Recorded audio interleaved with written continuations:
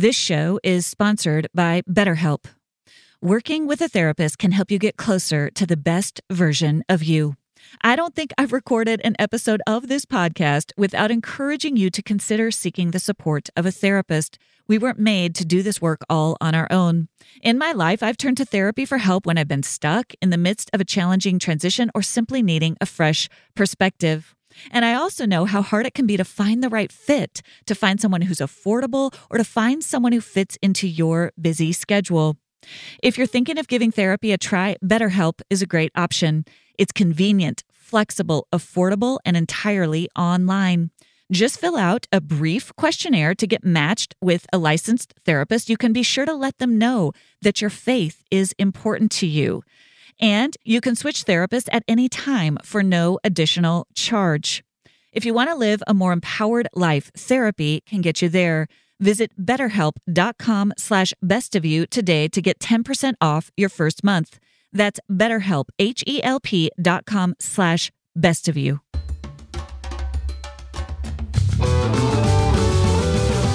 Hey everyone, I'm Dr. Alison, and I'm so glad you're here to discover what brings out the best of you. This podcast is all about breaking free from painful patterns, mending the past, and discovering our true selves in God. I can't wait to get started as we learn together how to become the best version of who we are with God's help. Hey everyone, and welcome back to today's episode of the Best of You podcast, where we are in part 2 of a 2-part series on loving your body as a spiritual practice.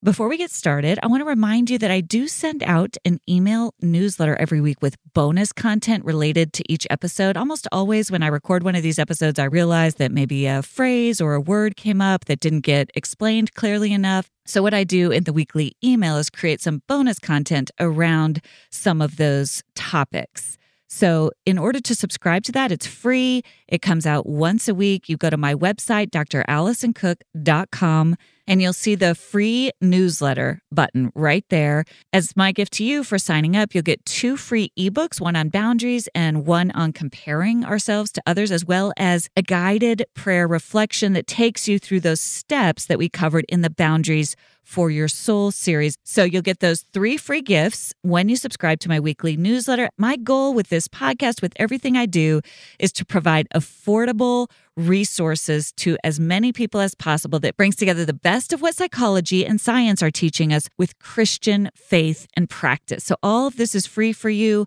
That's why we have advertisers on the podcast. For those of you who ask, those advertisers help cover the cost of some of this work. So I appreciate that we have this way of getting these resources out to you.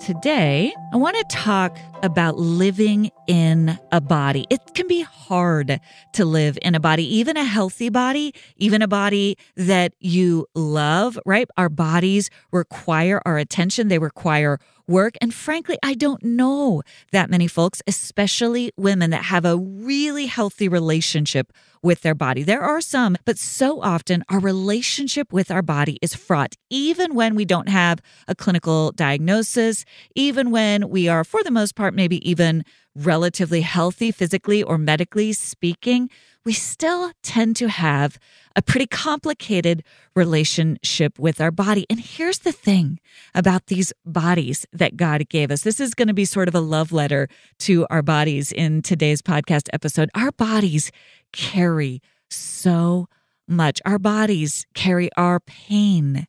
They carry our joy. They carry our anger, our rage, our frustration, our tension, our stress. They carry our fragility. They carry our tenderness. They carry all of our bad habits, right? Sometimes we don't treat our bodies very well. We don't feed our bodies very well. We don't move our bodies in the way they need to be moved. And yet they continue to show up for us every single day. Our bodies are amazing. We can neglect them. We can not treat them right. We can discard them, sideline them, bypass them, as we talked about in last week's episode on spiritual bypassing.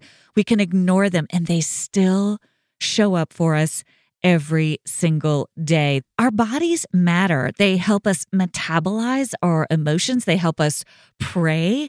They help us honor our own limits. They help alert us to danger. They are a critical piece of this holistic life God has given us that includes our mind, our emotions, our spirit, and our bodies. But so often we disconnect from our bodies. We climb up into the safety of our minds where we can analyze and criticize and stay out of our bodies. But when we do that, we miss out on the beautiful embodied life God wants for us. Now, personally, today's episode hits very close to home because over the last 5 months, I have been on a journey of learning how to care for my body. I wasn't expecting this process ever since I had a stroke. If you go back and listen to episode 19, I talk about how I had a stroke out of the blue in the fall of 2020 with no known medical conditions. And as a result of having that stroke and a lot of medical tests and not finding anything wrong with me, there was still some mystery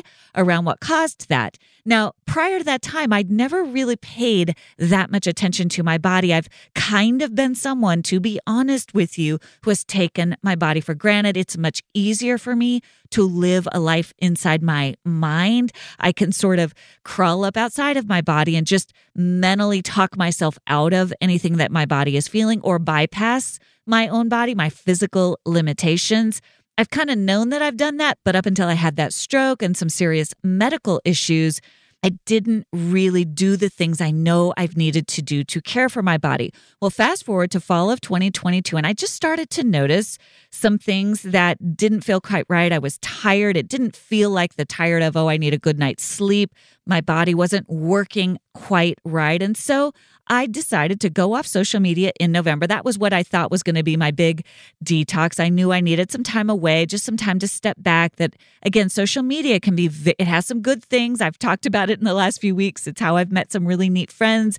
There's a lot of good about it, but it's very disembodied.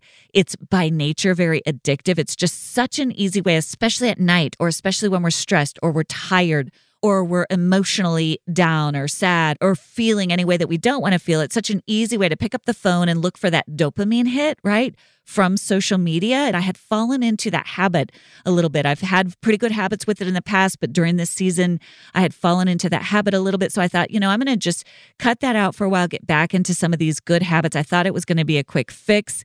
And it really ended up being much more involved. It literally was just the tip of that iceberg. And I began a journey over the past 5 months to completely change how I relate to my body. It's been a pretty intense process. I'm still in the middle of it. It's learning how to honor my body as a spiritual practice. And at some point, I'll share more with you what that looked like in my life and how I'm learning to incorporate the care of my body as an act of honoring God, as an act of worship, as an act of living out an embodied faith. It's been surreal. It's been intense. It's changed my life. And today I want to share with you some of the psychology of why our bodies are so important to our mental and emotional health. And I also want to share with you some theology about why the body matters to God and some of the heresies that we unwittingly fall into when we bypass or sidestep or minimize the importance of our bodies. So I want to start off by talking about the field of somatic psychology, which has done a lot to help us understand the relationship between the body and the mind and the emotions. It's a field of psychology that recognizes the body not just as a physical entity, right? So like over here is our body. We need to eat well. We need to sleep well. We need to exercise, all these things that our medical doctors tell us. And then over here is our mind and our spirit and our emotions. And we do other things over here to help stay emotionally healthy or to stay spiritually healthy. Well, what we now know from psychology is those two things are deeply interconnected. And I talk about that a lot in episodes 45 and 46 with Aundi Kolber, and her new book, Strong Like Water, has a lot of information about that connection.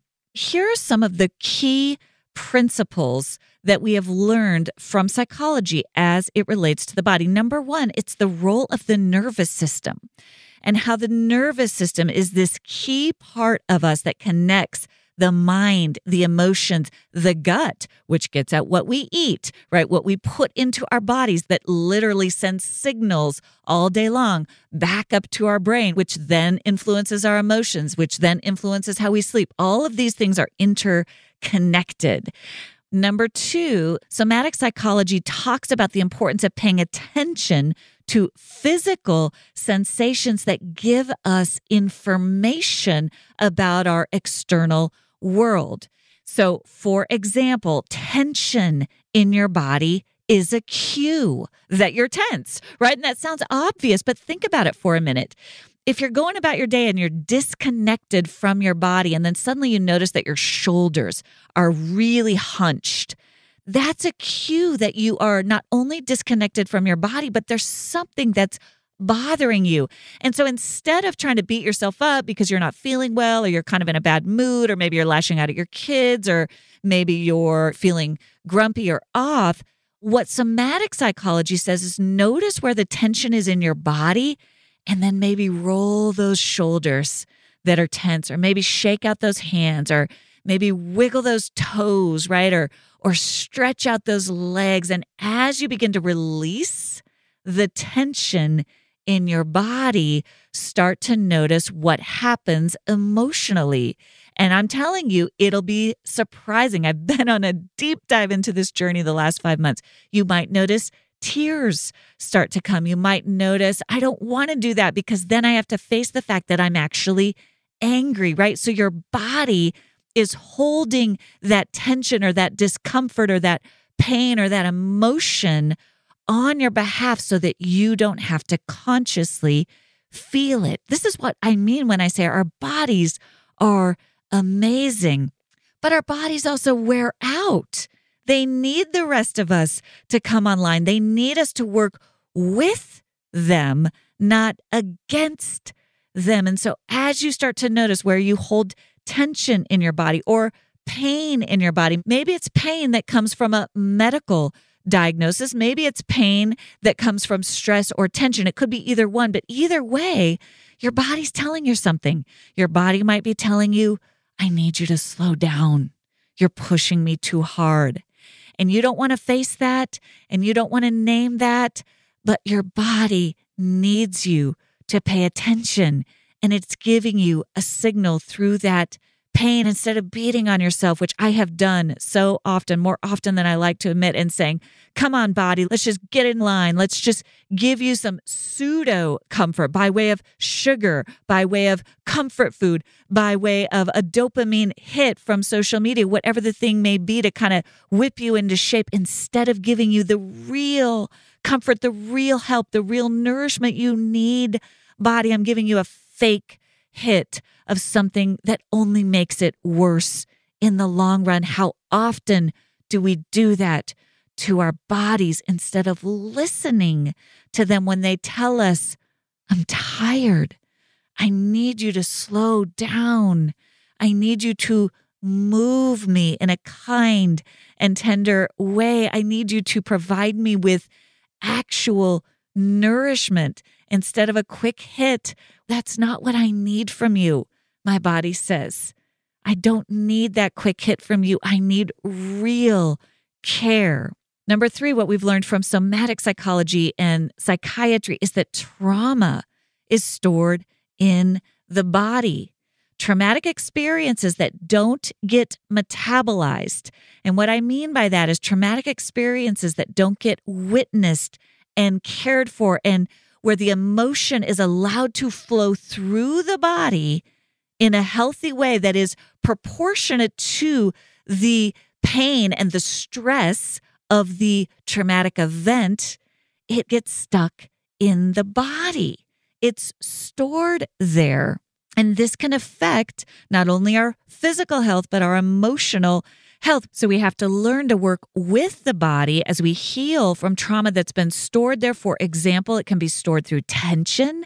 And imagine years and years of storing pain through habitual physical tension. It can be stored in our nervous system where, again, you're kind of constantly living out of that state of fight, flight, instead of experiencing the homeostasis or the balance of a nervous system that is at rest, that is calm, that is able to be regulated and restored to that home base where the body is restored to where it's not constantly monitoring the environment and living out of a stress response.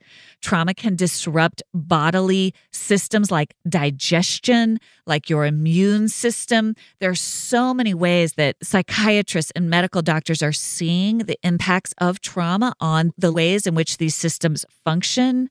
And so we have to pay attention to the body sometimes as one method, not only to relieve and alleviate some of the medical issues, but also to begin to tap into some of the emotional pain. This is why trauma-informed work is so important. If you've got a history of trauma, if you've got a history of unhealed pain, to work with a therapist who understands a trauma-informed approach. And finally, somatic psychology has taught us some very clear interventions for how to improve that connection between our mind and our body. Now, again, I always recommend Aundi's work on this, both her first book, Try Softer, and her second book, Strong Like Water. She's got some very practical interventions that help you begin to mend that connection between your mind and your body, but simply beginning to pay attention, to take all that energy of your mind that wants to avoid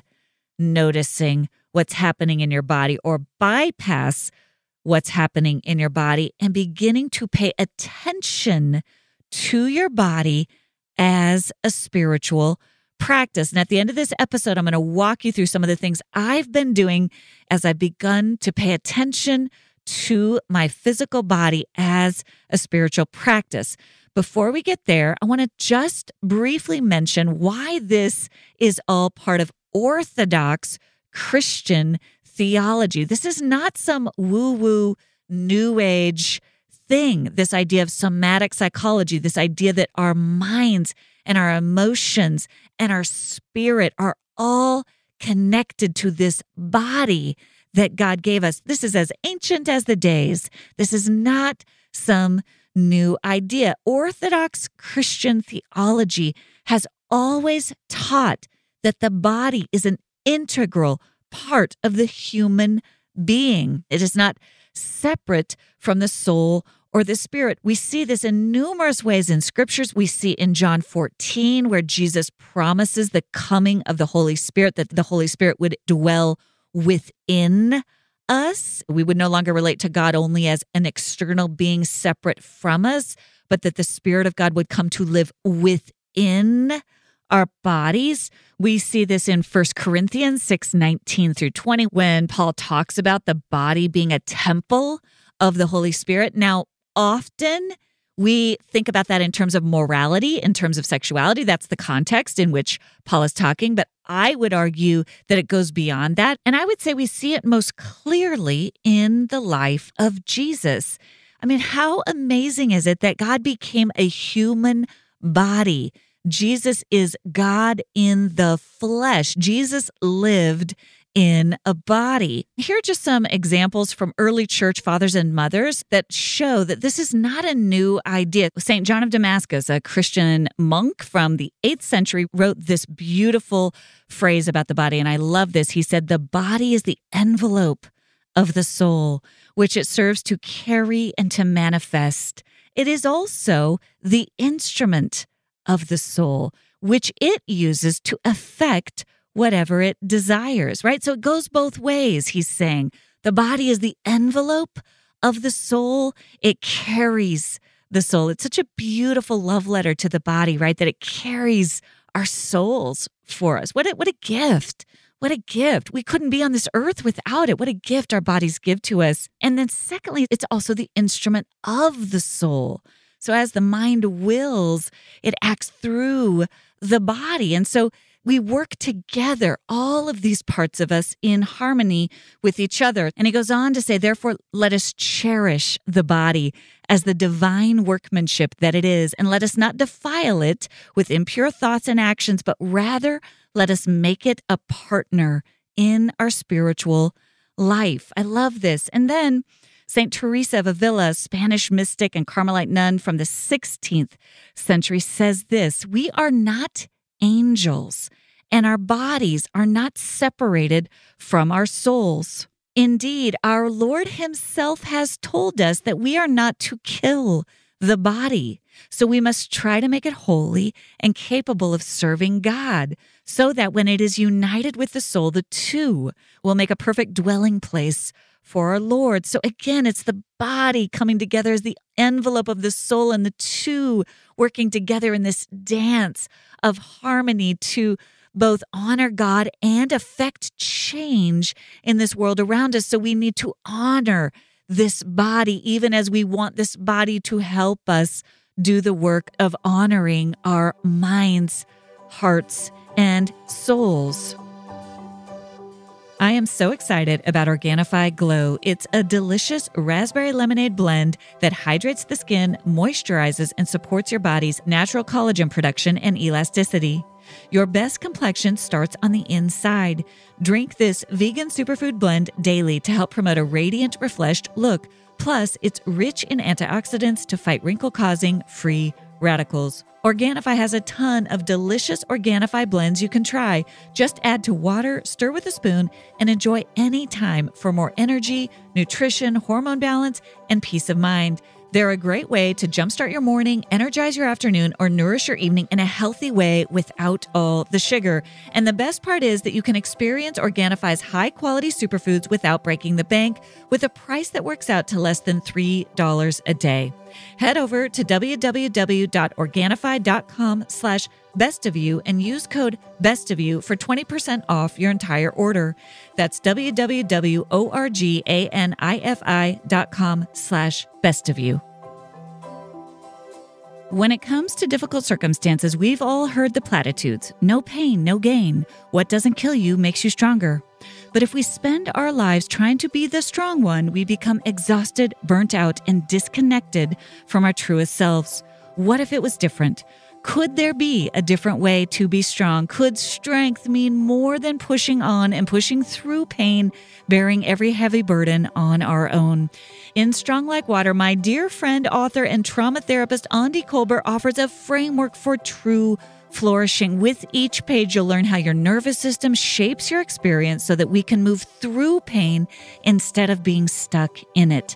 You'll explore various practices, rhythms, and resources to support you in challenging circumstances with compassion and hope. Discover how to internalize connection, love, and safety, empowering you with greater resilience.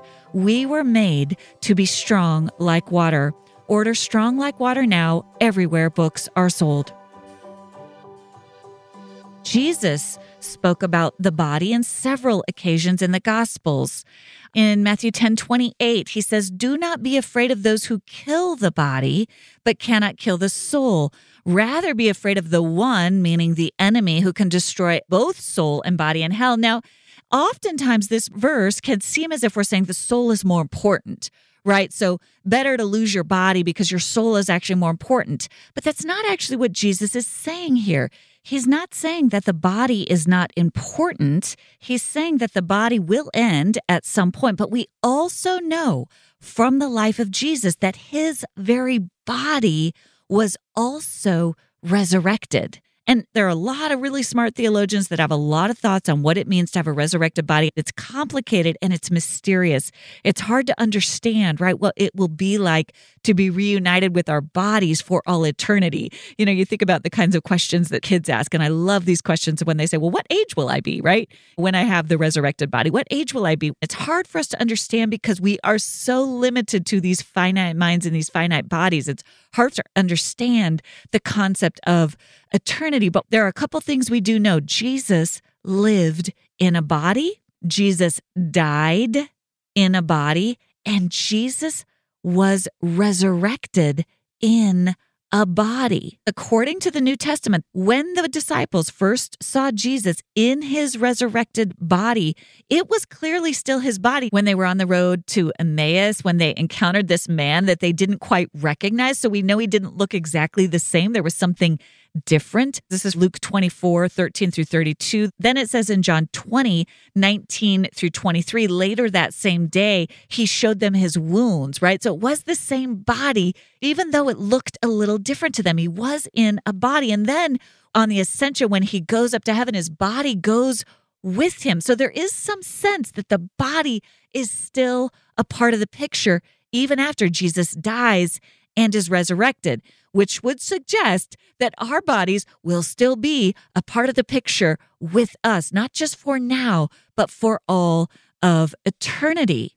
And in fact, there are several heresies that emerged about the body in those early years after Jesus died and rose from the dead. History talks about a couple of heresies. One is called Gnosticism. And Gnosticism, which showed up in those first few centuries, is much more similar to modern New Age spirituality than what I was just describing to you we've learned from somatic psychology. Right? Gnosticism believed in this idea that the material world, anything physical, including the human body, was inherently corrupt, right? So the goal of the spiritual life was to escape from the confines of the physical body and live on this superior spiritual reign where you're sort of above the limits of the body. You can sort of transcend the limits of the body. And I'm telling you, if you spend any time in any sort of New Age spirituality, you will hear a lot of this kind of language, and it's very insidious. That could be a whole episode in and of itself to sort of begin to discern some of these Gnostic heresies that are especially prevalent, again, in some of these New Age spiritualities, but that are seeping in to some of our Christian spirituality too. And I want to underscore this idea that this is not a new idea, this paying attention to the body. Augustine spoke out vehemently against this idea that the material world, that the physical body is evil and corrupt. Right? The body was created as part of God's design. When you were created in the image of God and God called you good, that included your physical body. Adam was the first Adam. Jesus is called the second Adam. He came in a body. There's something about our bodies that matter. Now, there's a second heresy that surfaced during this 3rd century in the early parts of our Christian church history called Manichaeism. And Manichaeism was dualistic. And what we mean by dualism is that it divided the body from the spirit. And again, not unlike what was going on with Gnosticism, they believed that the human body was inherently evil and that the spirit was inherently good. And so we're sort of in this battle between good and evil. The spirit is good, the body is evil, and the two are fighting and combating. And this is a really subtle, when you sometimes hear people talk about the battle between the spirit and the flesh. This is why I don't like to use that language, although I understand theologically that that is a different thing. But when we talk about that battle between the spirit and the flesh, what sometimes makes me squirm a little bit, and I don't like it, is we do not mean that there's a battle between our spirit and our literal body. When we talk about the battle between the spirit and the flesh, by the flesh, we mean the sinful part of us, the sinful nature. We do not mean the physical body. I was often confused by that. Even though I knew a lot of this stuff intellectually, I studied Augustine quite a bit in college and in my doctoral program, there was a part of me that had kind of taken up this insidious idea that essentially the body is inferior, the spirit is more important, we really need to focus on the spirit. It was a little part of me that I wouldn't have claimed. It was very subtle, very insidious, but man, was it wreaking some havoc in my life that I've had to undo. When we talk about, again, the battle between the flesh and the spirit, we do not mean our literal bodies. The flesh is just the part of us that continues to be our imperfect human nature.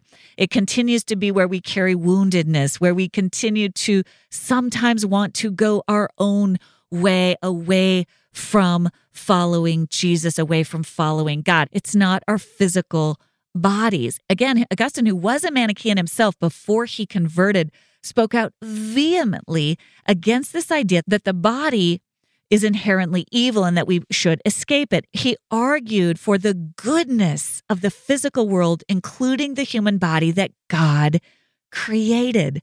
Remember that God called you good. before sin entered in. God called us good as human bodies. And then there was a third heresy called Docetism, which denied the actual humanity of Jesus. Jesus only appeared to have a physical body, but in reality, he was really spiritual, which again is a heresy. And we may be like, no, we don't believe that. We know that Jesus had a body. He bled, he died, he did all these things that we did. But it's really important that Jesus had a body. It's really important because it shows us that the body, this envelope of the soul, matters. It matters as much as our mind and our emotions matter. It is the container for all that God gave us and created good. We may not like our bodies. We may not like caring for our bodies, and we may bypass our bodies without even realizing it, as I have done, in the name of a sort of superior spirituality. But this is not what God wants. Learning to honor your body, learning to live in your body, learning to care for your body is a deeply important part of your spiritual practice. It's not only good for your physical health, it's how we honor the God who made us, mind, emotions, body, and spirit. So how do we love our bodies as a form of spiritual practice? I am going to be honest with you today. I am a newbie at this. There was a time I could have probably waxed on about this from a purely intellectual standpoint without really understanding it in my own day-to-day practices. And I'm just so aware of how human we all are that I would rather be honest with you about that than pretend otherwise. I am a newbie at this, and it all kind of started for me last November when I went off social media. Now, I've been off for about 5 months, and as I mentioned, that was the tip of the iceberg. It launched a whole journey into the depths of paying attention to my body at the cellular, lived experience level. And I'm nowhere near done yet. I am barely beginning, but I'm starting to build trust with myself again to the point where I'm very gingerly taking baby steps to see if I can integrate what I have learned about paying attention to my nervous system, paying attention to what my body actually needs in the moment versus the pseudo dopamine hit that I would rely on in the past. I am practicing now and fumbling, kind of uncomfortable, like riding a bucking bronco ways. What I've learned these last 5 months, bringing that into my life when to use that ever so helpful acronym HALT, whether I'm hungry, angry, lonely, or tired, right? Because that's when we're most vulnerable to doing these things that our bodies don't actually want or need. What I want to share with you are just some very basic practices that I'm leaning into right now to ensure that I care for this beautiful of all beautiful gifts that I do not always think is beautiful, but I am learning to cherish body that God has given us. Number one, the first thing I do when I wake up in the morning is remind myself I have a body. I have a body. I am not a walking mind. I am not a walking task machine. I am not a walking caretaker of other people. First and foremost, when my feet hit that floor, I have a body. And I say it to myself as a way of saying to God, God, I have a body this morning. That body needs things from me. And the best way I can honor you right now is to check in with that body. Is that body hungry? I cannot tell you how many years of my life I have skipped breakfast. I do not give my body breakfast. I give everybody else in my life breakfast, but I got things to do. I got to get going. I got thoughts to get down. I got work to do. And then, somewhere around the middle of the morning, I'm like, I'm starving.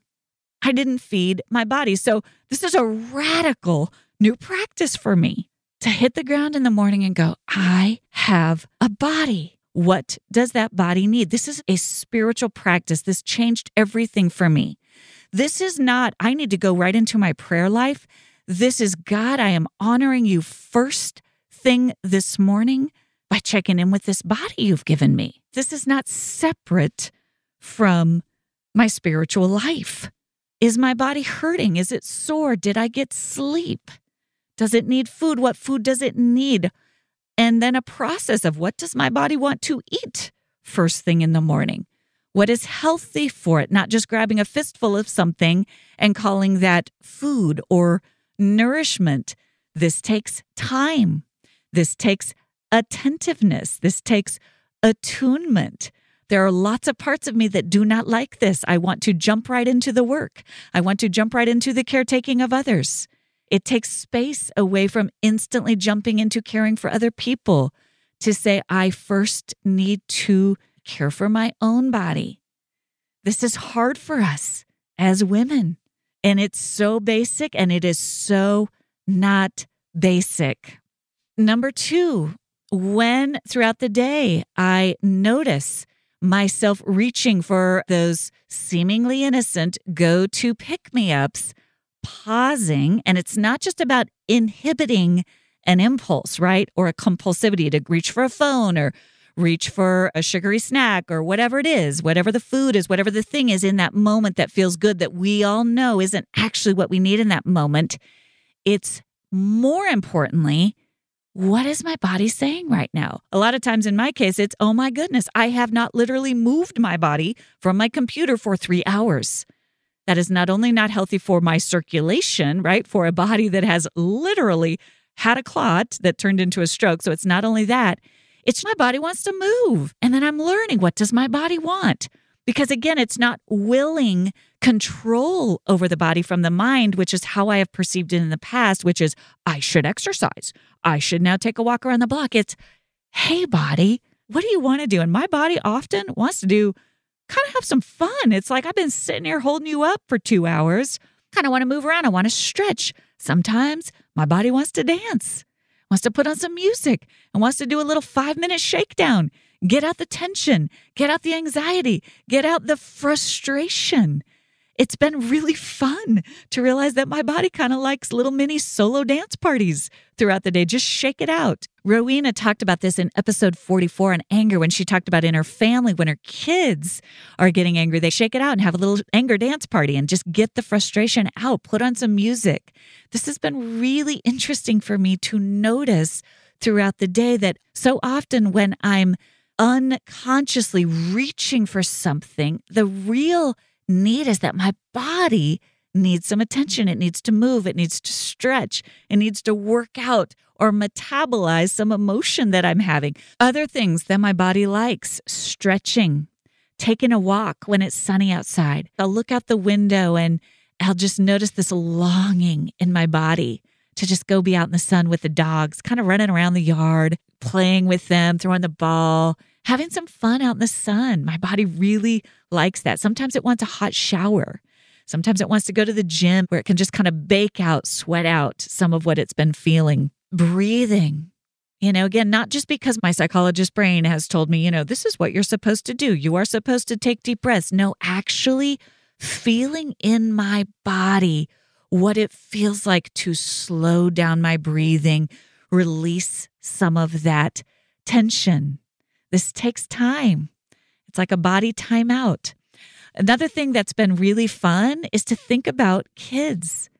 What do kids do? If you think about children, watch your children, how they're wriggling and moving and dancing and tussling and wrestling and on the ground and they're throwing their head back in laughter, or they're pounding their fist or their head on the table because they're so upset. They physicalize all that emotion.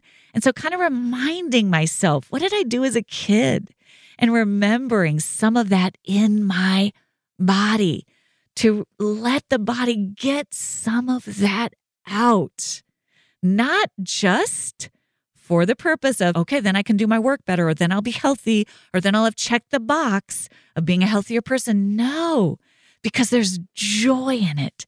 There's joy in honoring this long, suffering body that I have, frankly, taken for granted and have not treated very well throughout my life.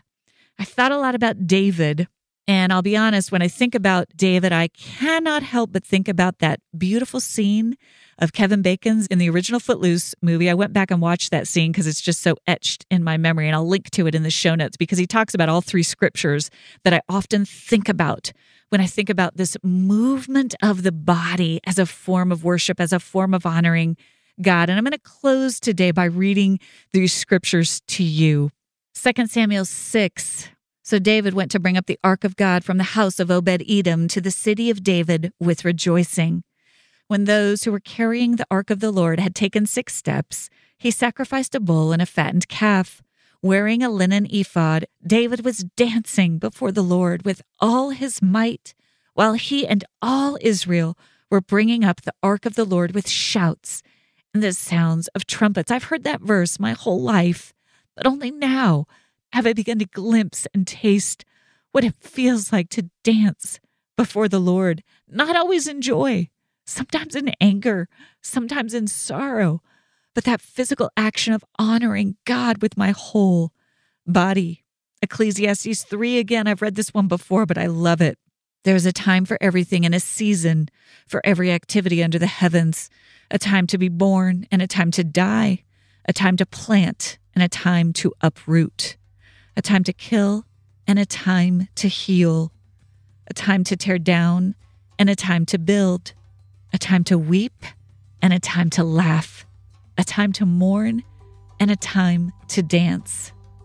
And then Psalm 149, let Israel rejoice in their Maker. Let the people of Zion be glad in their King. Let them praise his name with dancing and make music to him with timbrel and harp.